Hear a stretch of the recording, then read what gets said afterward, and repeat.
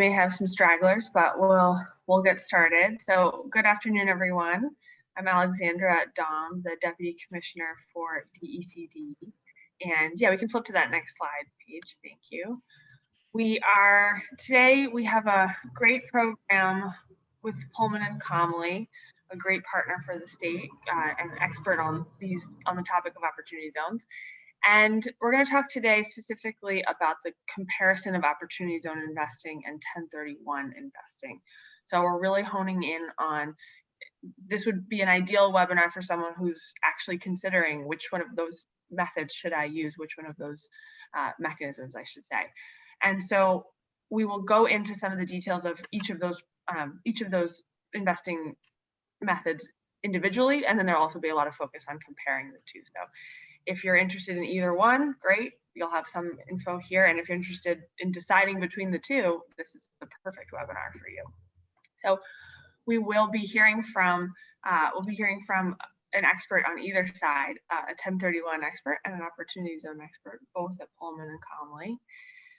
And the idea here is, as with all of our opportunity zone webinars, to encourage folks to be investing in all of the opportunity zones we have across the state. I won't name them all because I think Mike's going to do that in his presentation, but it's a big part of DECD's goal is to stimulate activity in opportunity zones, and please look to this and future opportunity zone webinars to help encourage folks and explain how to do that and help you point you in the right direction.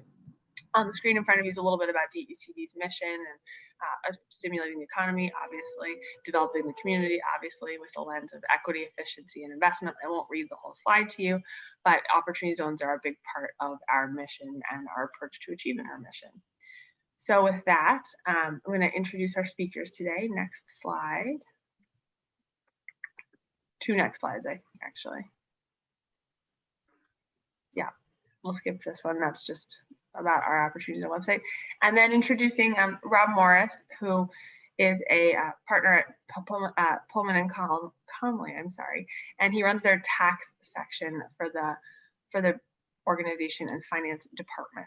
He also was the chair of the firm, so obviously we're in good hands here. He knows what he's talking about when it comes to 1031 exchanges. And then next, we have Mike Andriana, who is has advising both government and private sector clients on either side of transactions, including opportunity zone transactions, and he works with the state. So I've actually worked with him on transactions that the state takes part in. But today he'll be focusing on opportunity zone transactions and how to structure those, and again, how they might compare to 1031 exchanges. So you're in good hands. We have two great experts here today, and many thanks to both Rob and Mike for their time today. So we're going to do about 40 minutes of presentation and then 20 minutes at the end for question and answer. So feel free to put your questions in the chat as we go along. You can also hold them to the end. Either way, we won't answer questions as we go along. We will just collect them, even if they come in while we're talking. We'll collect them and we'll address them all at the end. And with that, I am going to turn it over to Mike. Thanks, everyone. Thank you very much, Alexandra. Good afternoon, everyone. Thank you for attending and participating in the webinar. As Alexandra mentioned, I am Mike Andriana. I'm a partner at Pullman and Comley and focus really on financing transactions, particularly those that have some connection to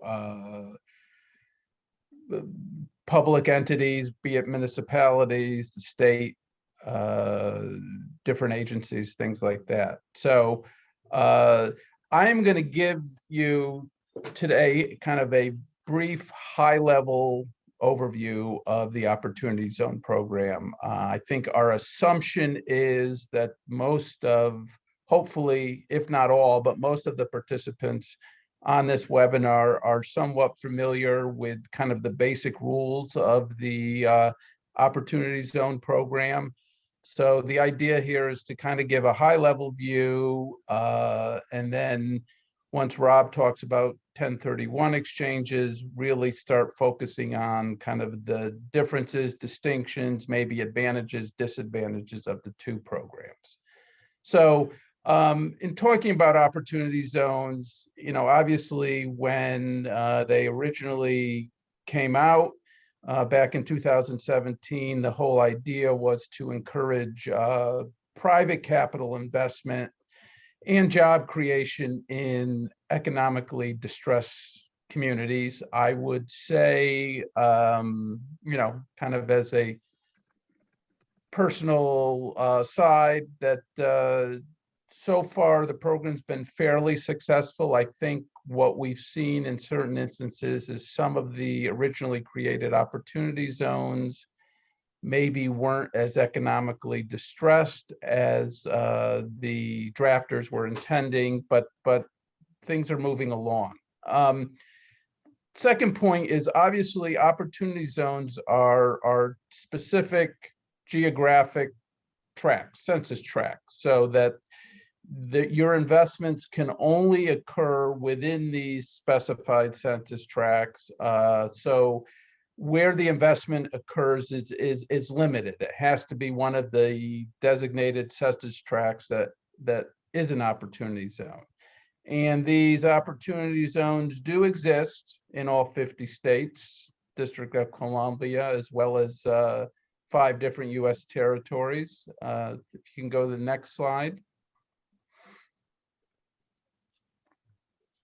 So in Connecticut, there are 72 opportunity zones, and the original 72 were established through a process run by the state where municipalities submitted requests meeting certain requirements for certain census tracts in their municipality to be opportunity zones, and then the state ultimately decided there was a cap on the number of opportunity zones that there can be, and that's 72 based on current legislation. There has been some talk about potentially expanding the number of opportunity zones or maybe re-looking at them. So far, nothing has occurred, but the 72, as I was saying, it was the kind of the maximum number at the time that there could be in Connecticut. And you can see how they are kind of spread out by county. I can tell you generally, for the most part, if you're looking at opportunity zones throughout the country, it's interesting in that kind of, this is a generalization, but basically east of the Mississippi, more of the focus has been on urban areas, where west has been more in rural areas. And that's just how the decisions were made state by state. In Connecticut, I don't have a map here, but if you looked at a map of all the opportunity zones in Connecticut, you will find for the most part, they are located in what we in Connecticut would consider our urban locations. You can go to the next slide.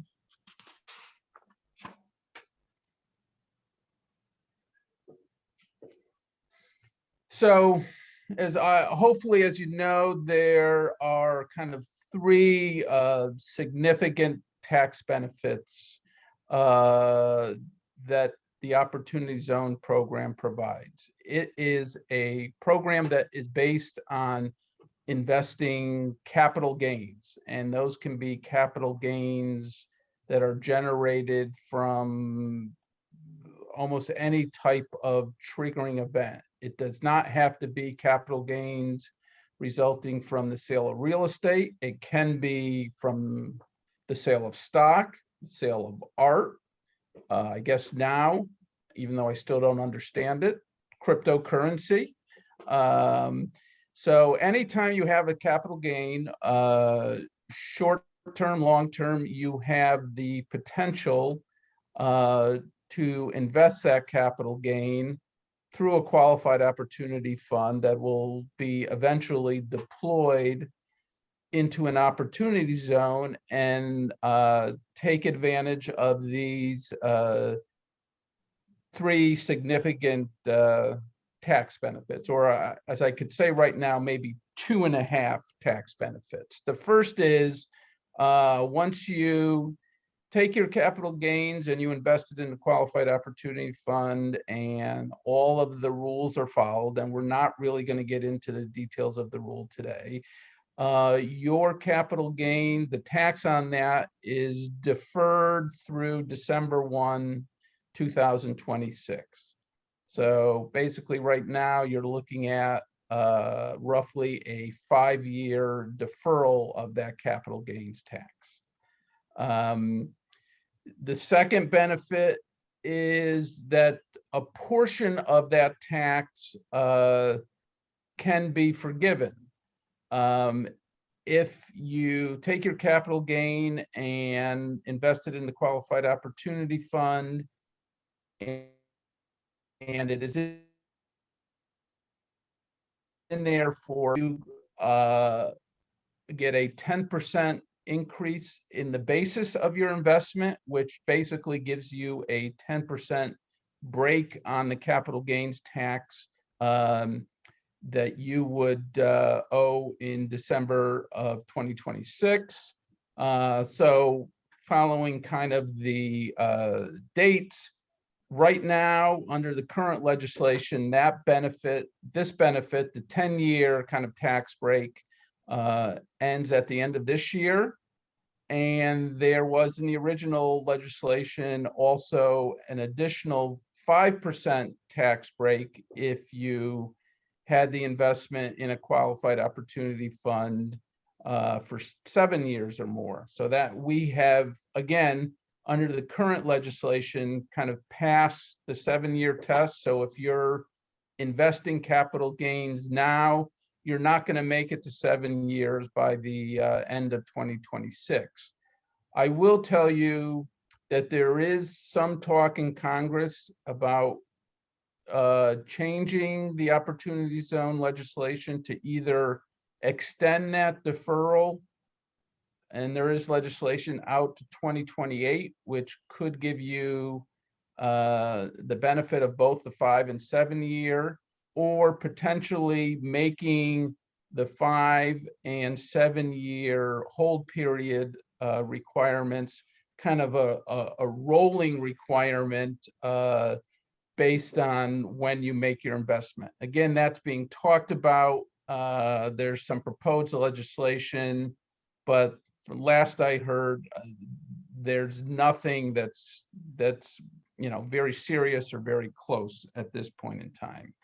And then the third benefit, which is probably what people consider the best or biggest benefit, is that so the capital gain that you invest in the qualified opportunity fund, if you hold that investment for at least 10 years, any gain you make on that investment is totally excluded from taxes, assuming you meet all the rules. So, that has the potential to generate fairly sizable tax benefits, assuming that your investment is a good investment and that it, increased in value over those 10 years. Right now, the Opportunity Zone program runs through the end of 2047, I believe, so that there's no requirement that once you hit 10 years or 10 years in one day that you have to liquidate. You can stay in there longer. Right now, you can stay, if you want to, all the way through 2047 and continue to hopefully increase the value of your investment and increase the benefit from not paying capital gains tax on that investment. So those are kind of the three main tax benefits from the Opportunity Zone program. You can go to the next slide.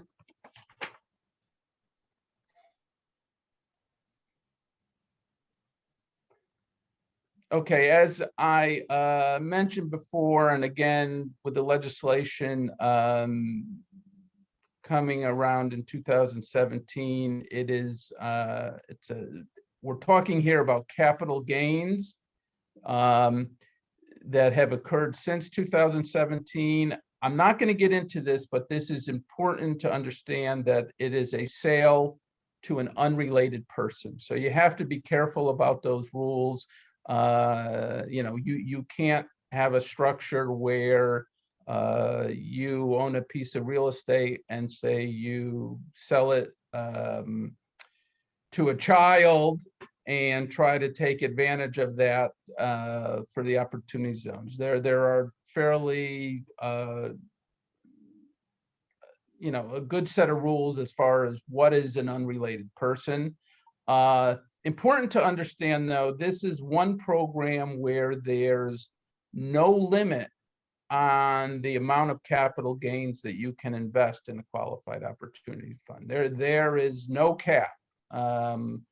So, and you can have obviously more than one investment in different qualified opportunity funds. You can have more than one investment in the same qualified opportunity fund, but there's no limit no dollar limit on the amount that you can invest and take advantage of the tax benefits. The other thing I would point out is that one of the most basic rules is that you have to invest your capital gains in a qualified opportunity fund within 180 days of when that kind of trigger event or the capital gain is recognized. There are a bunch of rules depending on if you're part of a partnership or not as to how you count the 180 days. But the general rule is you have 180 days from the time you generate the capital gain to the time that you need to invest it in a qualified opportunity fund to take advantage of these rules. That notice 2021-10, as far as this 180-day investment window has now expired. The notice generally dealt with some adjustments that were made in the rules during COVID that gave people extended windows to invest and gave qualified opportunity funds extended windows as to how they deploy this money that they receive. You can go to the next slide.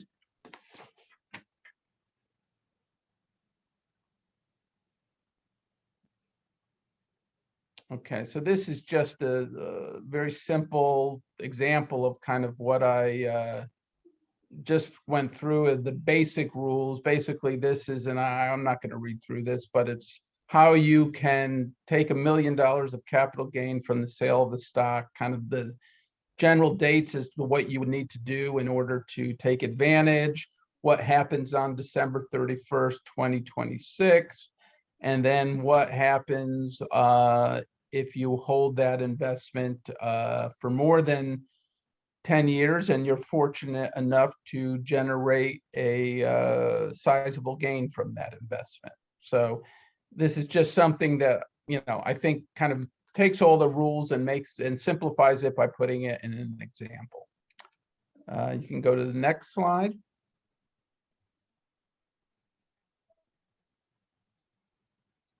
Okay, so this generally, as far as opportunity zone investors go, qualified opportunity fund investors can basically come in kind of all sizes and shapes, individuals, corporations, partnerships, trusts, REITs, anything.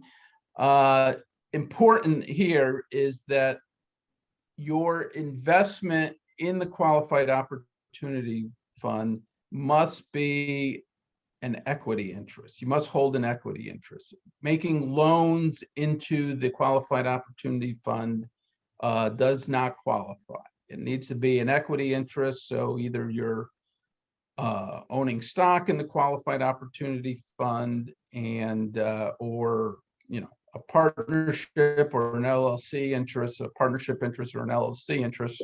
in the Qualified Opportunity Fund.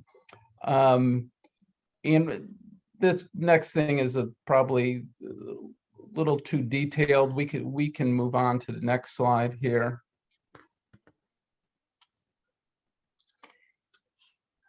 Okay, so, and I'm just going to touch briefly kind of on some of the next slides coming up, but this is kind of more, I believe this slide deck will be available, so it'd be information that you would have if you had more questions about Opportunity Zone program.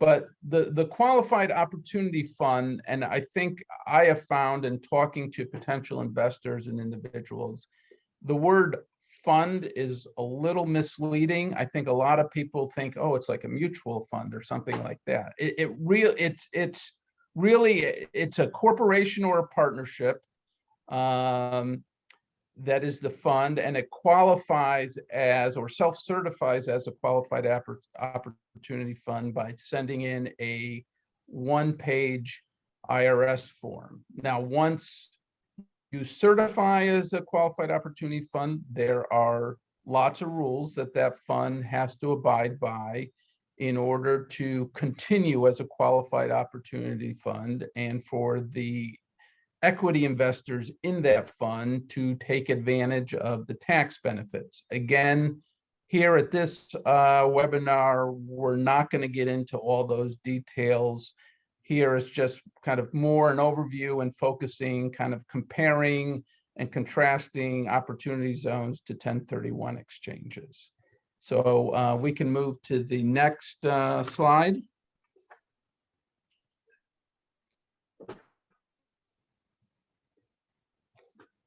So real quick here. So what the Qualified Opportunity Fund does is it takes the money that the investors have put into it, and it is required to acquire qualified opportunity zone property, which can be, directly property like a piece of equipment or a real estate project, the actual real estate, owning the land and the building, or it can be investments, equity investments into stock of a company that's within a opportunity zone, or a partnership interest or limited liability company interest that is a business that's located in an opportunity zone. You can move on here. Next slide. Okay.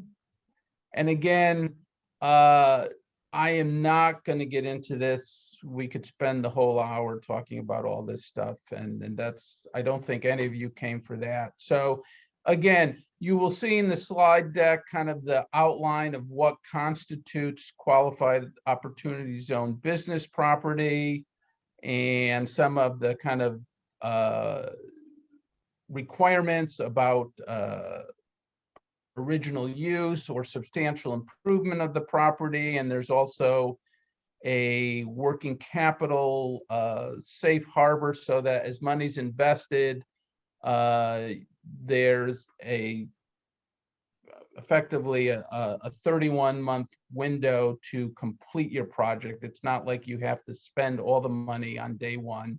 But again, there's lots of requirements, and you're going to, if you're investing in a qualified opportunity fund, you're going to probably want to use a lawyer or an accountant to kind of help you work through all of this. The fund itself should have their own lawyers and accountants to help as well. You can go to the next slide. Okay, and then kind of the last slide here before I turn it over to Rob is, again, just some of the kind of the latest COVID-19 relief. I will be honest, at this point, since we're kind of fairly well through COVID at this point, I would not expect an extension of any more of these rules now. And we've basically run the course for a lot of the kind of safe harbors or extensions that the federal government provided during the pandemic, so that because of these extreme circumstances, you wouldn't be penalized or kind of lose your potential to get the benefit because of something that was a result of the pandemic. So again, you can look at the notice. If you want to, you can contact me if you have more questions about this. But at this point, I think I will turn it over to Rob, who will kind of get the conversation started with the 1031 exchanges. Thank you.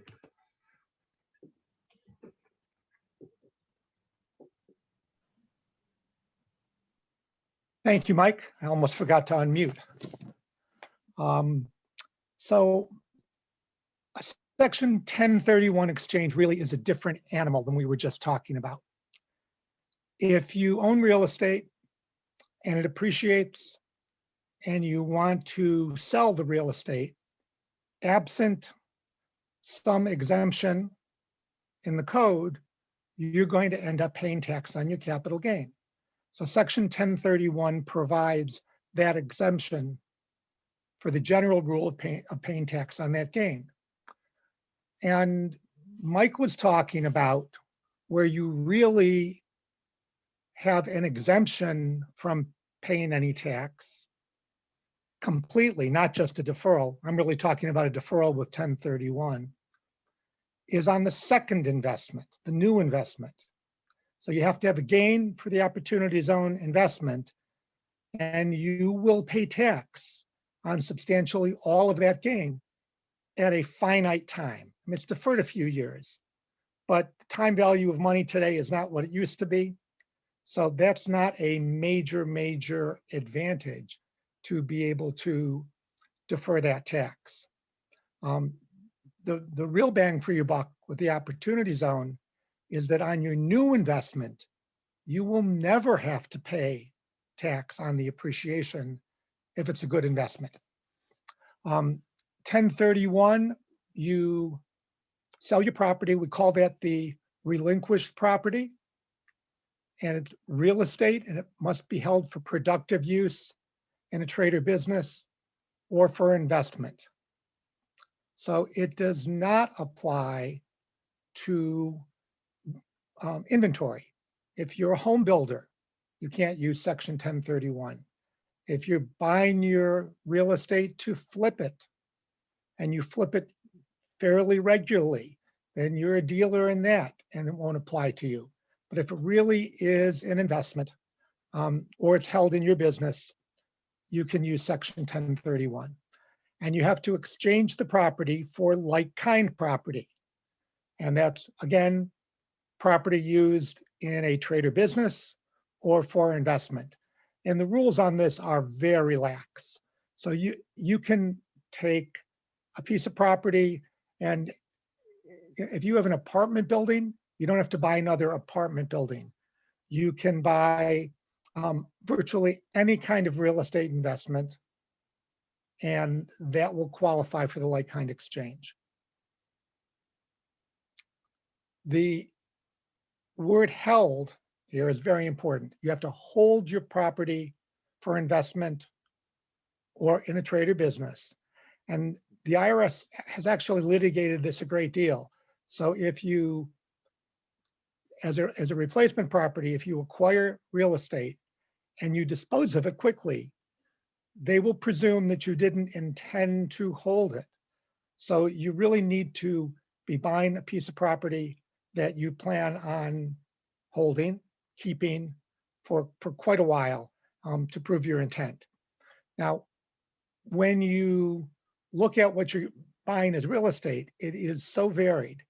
One of the very popular ways to diversify your portfolio today is to sell a piece of real estate and to buy essentially a leasehold interest. CVS is a good example. You're buying the real estate, you own the fee, but CVS has a 80-year lease or 70-year lease. And all you're really going to see is cash flow from that, which presumably is what you wanted to diversify your portfolio, but that's real estate. So as I say, the IRS takes a very broad view about what your replacement property is. There are two ways to, why don't we go to the next slide?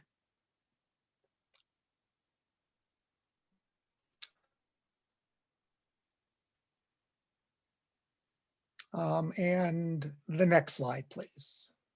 I covered that.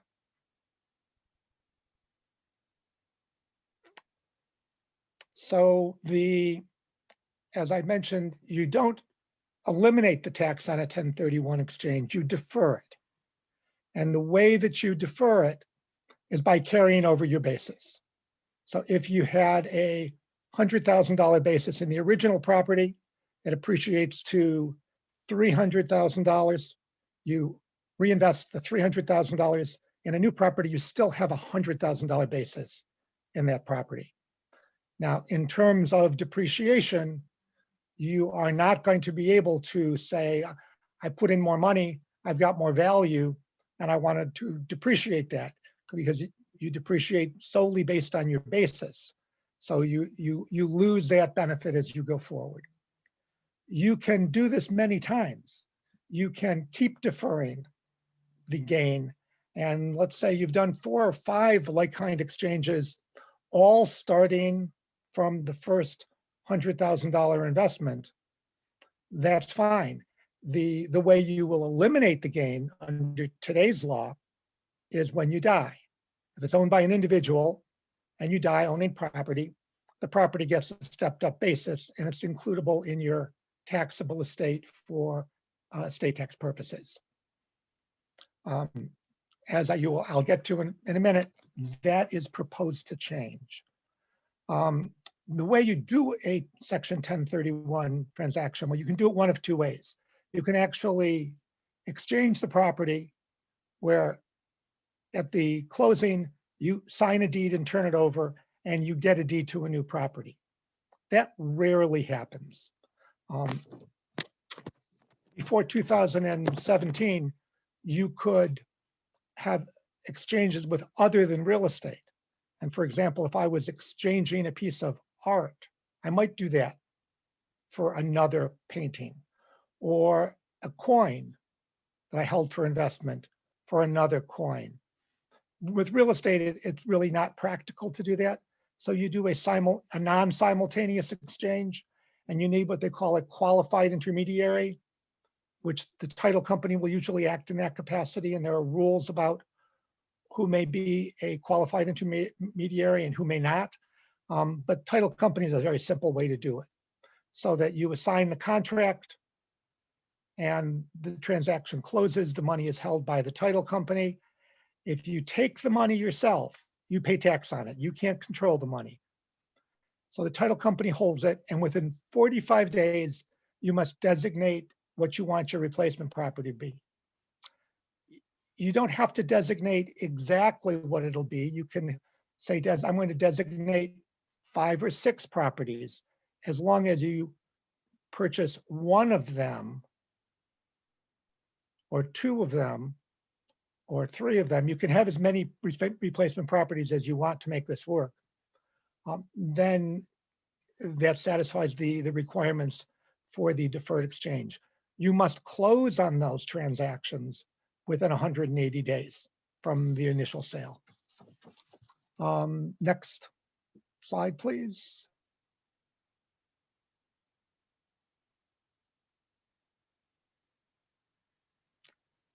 I went through the first 2 of these.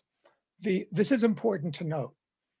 If you reinvest all of your money, you can defer all of the gain. To the extent you take any cash or property off the table at the closing, you do not defer that gain. So if,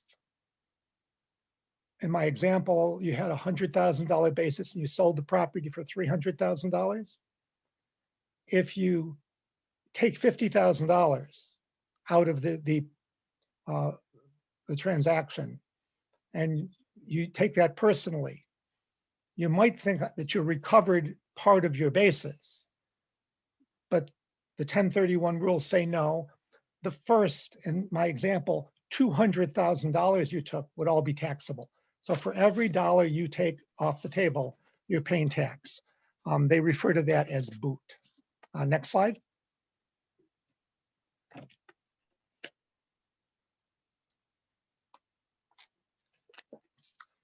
And we talked a little bit about the carryover basis. There are two sets of proposals which are being thought of as credible, which are out there now for tax changes this year. One of them is by the administration. They call it their Green Book, and they published that a couple of weeks ago. And the other one is the Sanders bill. And when we think of Bernie Sanders, we often think of perhaps very progressive ideas. These are really, his name is on the bill, and he certainly is proposing them. But these are really all changes that came out of the Obama administration.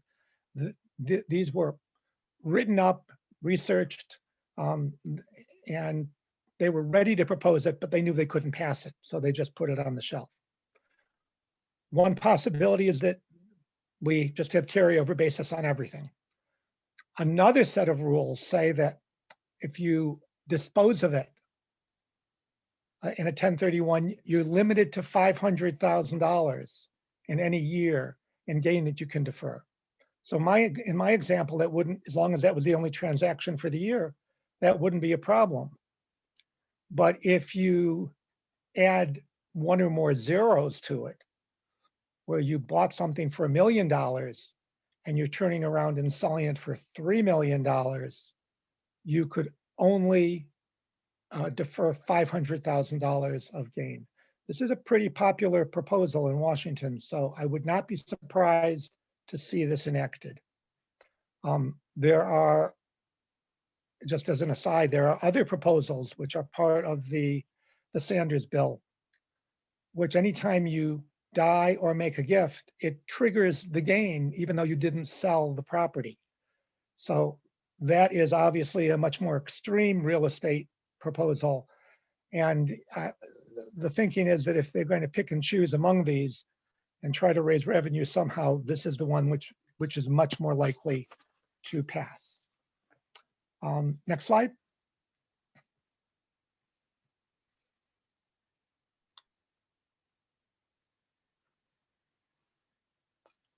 So let's talk a little bit more about comparing them. You know, as I said when I started out, these really are two different ways of thinking. Do I want to invest in this new investment, let's say a new office building in downtown Los Angeles? We can purchase that investment at a reasonable cost now, and that is something which can be held for 30 years. And all of that gain will be exempt from tax. As opposed to, I have a piece of real estate now, I'm selling it, and I don't want to pay tax on it this year. Yes, with the opportunity zone, you do get a deferral, but that really isn't the main focus. The main focus is your new investment. With 1031, the focus is, I want to maintain investment in real estate, or I want to diversify my real estate portfolio, as we talked with having lease payments, something like that. And the real focus is just to not pay tax at the current time.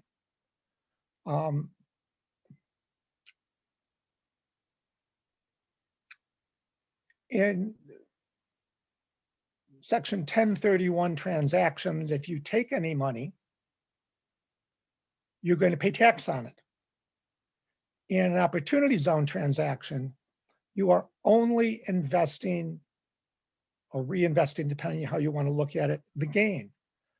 So if I have a transaction where the sales price is $500,000, my basis is $200,000 in the property, I can only invest $300,000, my gain, in the opportunity zone investment.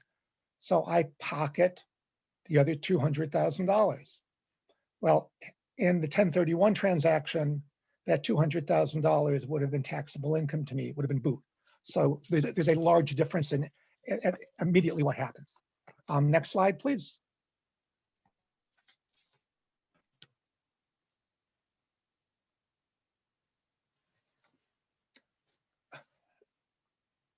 More flexibility in a 1031 transaction in some ways, and in some ways more flexibility in an opportunity zone investment.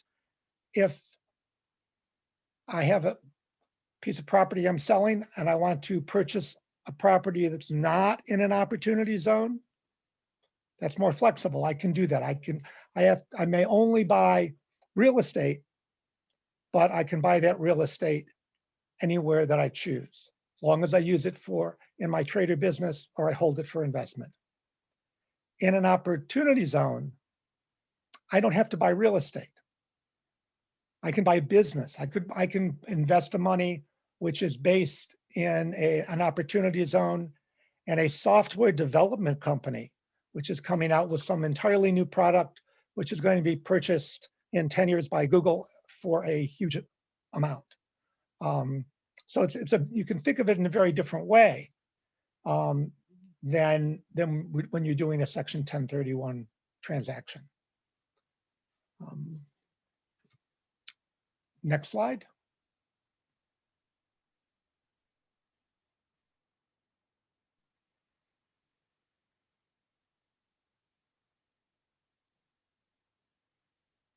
The last significant difference is in timing. An opportunity zone gives you a 180-day period to make your final decision on what you want to reinvest in.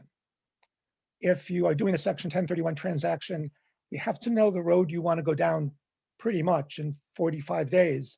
And then you have to be able to close it within the 180 days after your first sale. Oftentimes, the due diligence you need to do on the property is going to eat up most of that. So the 45 days is a pretty good indication of when you need to be focused on what you want to reinvest in, as opposed to the 180-day period for the opportunity zone investment.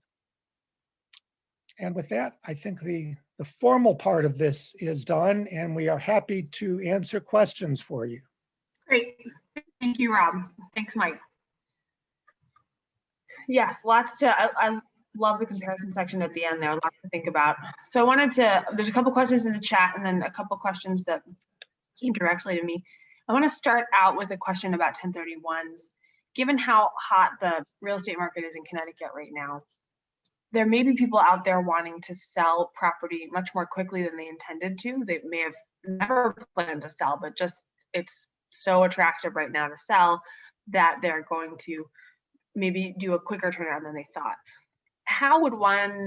What are some rules of thumb for indicating to the IRS that was not the plan, that you weren't trying to flip it, but you bought it, and now all of a sudden the market is great and it's a new way of thinking. You're thinking fresh that you want to sell it, not that you intended to sell it from the very beginning quickly. It's such a subjective sort of qualitative thing that you have to prove. What's some of the advice that you give your clients about indicating that you weren't just trying to flip from the beginning? Well, first of all, when you undertaking a Section 1031 transaction, you typically have been planning it for a while. At least that you're thinking about doing a sale. And if you're a real estate investor and you've got a portfolio of investments, it's a lot easier to prove that this is a one-off, that I did it differently here because of the market conditions than all the others. And you're right, it's a very subjective test. So you probably would prevail on that.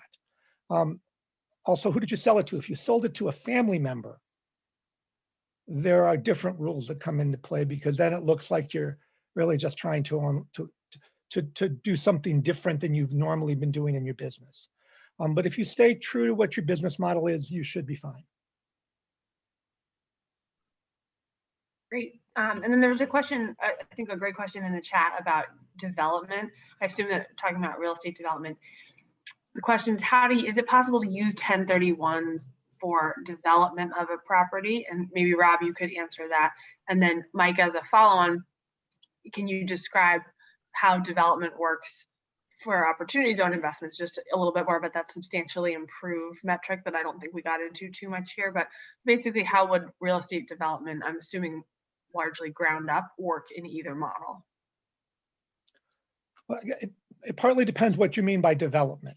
If you own a piece of property and you sell it in a 1031 exchange, and you buy, let's say, a large tract of undeveloped property, and you are going to put 3 office buildings on it, and you're building them to rent, that's for investment, or your trade or business, and that's absolutely fine.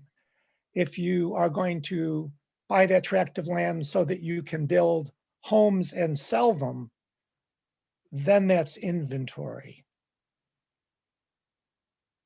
And if you had homes that you were selling in order to do it, if you're staying consistent with that, it's not going to be 1031 because that's excluded. But if in the first scenario where you really are building something, developing something for investment, or to use as part of your the business that you otherwise would be running, you want to put up a new office building or a new factory, that's fine.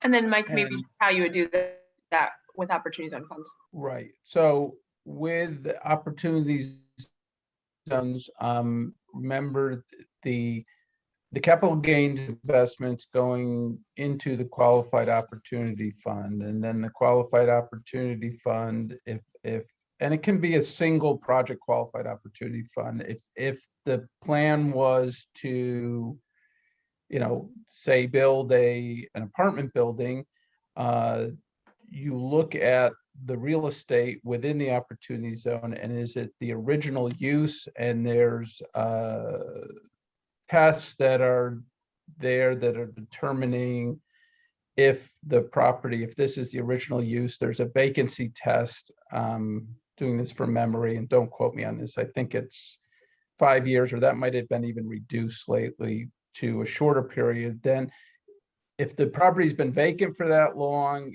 then it's considered original use. If it's not, that doesn't mean that you can't do it. It just means you have to satisfy the substantial improvement tests, which is, and I developers would know better, but I don't think it's a very hard test, is that you basically have to double the basis of, say, the building that exists on the property, and that would qualify as a substantial improvement. So if there was there was an apartment building there that maybe was old and needed some rehabbing and updating, and you acquired that, you'd look at the basis in the building, and as long as your improvements doubled that basis, that would qualify for qualified opportunity fund treatment and the tax benefits that come with that. Yeah, and I think that's an important, we had another question in the chat about just the mechanics of developing real estate with opportunity zones. I think it's worth building on what Mike just said. It is not a hard test to, not a hard bar to meet if you're talking about really dilapidated buildings that really need a lot of help, or a ground up development, buying land. And so whenever Paige and I hold opportunities on office hours, whenever we're talking to folks that are considering using opportunity zone funds for real estate, you want to have, ironically, you want to be buying a building that's in bad shape. You can't really buy a building that's in good shape and then double the value of it, because you're probably going to have gold-plated faucets and things like that in order to spend enough money to hit that bar. So I think that's a great point, Mike, that it's not hard if you're buying something that's really needs a lot of work, but don't go buy the nice office building next door and hope and just think that you're going to be able to move in, and because you're not going to hit that substantially improved. Right, but and if you think about it, that is very consistent with kind of the overall theme of opportunity zones, is where they want you investing in these census tracts, which are deemed by objective statistics to be, economically distressed communities. So they're looking for you to buy that old rundown building and develop it and invest in those communities. So that's the whole idea. And so that's why, I think the tests are pretty consistent with the overall goal of the program. Agreed. Another question just came in. Is there a database that lists small businesses currently operating in opportunity zones? I don't know I don't think so, but I'll see if Mike or Rob, you have heard of anything like that. I have am not. not aware of any type of list of small businesses. I know this is true in Connecticut at the state level as well as the local level. There are websites out there that will list kind of property for sale within an opportunity zone, but I am not aware of anything that lists small businesses. Again, and the rules have gotten better. Investing using the Qualified Opportunity Fund and the Opportunity Zone program to invest in businesses, it can be done. There's just kind of what I would consider a more standard real estate development project, but they've been good as to trying, because they really want to encourage that investment too. As Rob pointed out, if you have a software company that's there, or a startup, then it would make a lot of sense. And that's again, one of the things they're trying to do is create jobs in these census tracts as well. So they want you investing in businesses. Yep, I think that's right. The only thing I would say is since opportunity zones are based on census tracts, if there were databases, and it varies by state, but if you could find a database of businesses in a certain state with their address listed and could cross-reference it with census tracts, that would be a way to figure out if businesses were operating in an opportunity zone. But I know the next question is going to be, does Connecticut maintain something user-friendly like that? And I will have to, I won't be able to answer that on the fly, because I'd have to check out our Secretary of State website and how we list all of our small businesses. But that would theoretically be a way to cross-reference and come up with that list. And I'll also give a plug. You mentioned, Mike, that there are lists of property that are available in opportunity zones, and I'll give a plug to the Connecticut Opportunity Zone website, which was, yep, Paige just put it in the chat. She's one step ahead of me. We do maintain a non-exhaustive database, but we do maintain a website that has a list that has lists of properties in opportunity zones that have been sourced largely from municipalities. And I see some folks on the phone today actually who've helped us to populate that list. And so we do try to keep track of, again, largely probably these are bigger tracts that municipalities either own or are aware of because they're just such a big tract in a certain opportunity zone. Those are the kinds of things that we have a really good record of on our ctozmap.com.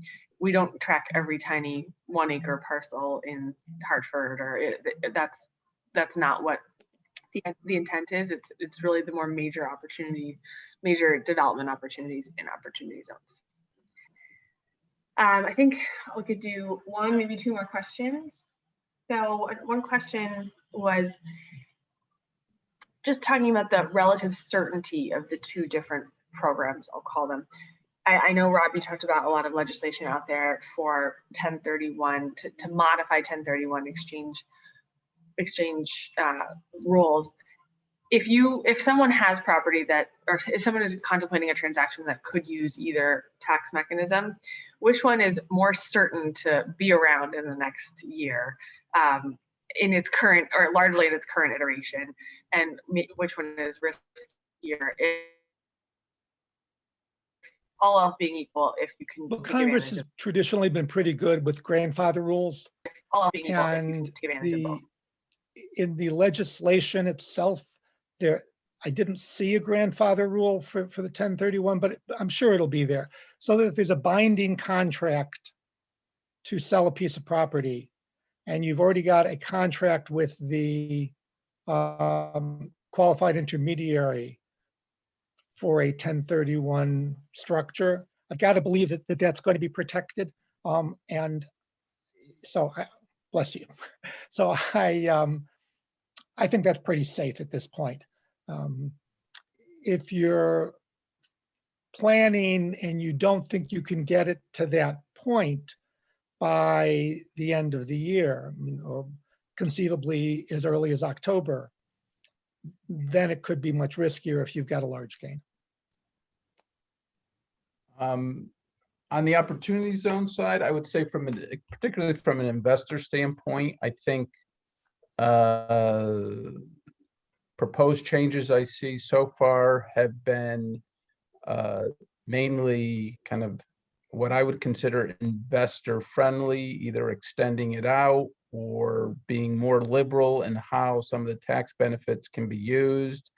The only thing, and I haven't heard this, all I've heard is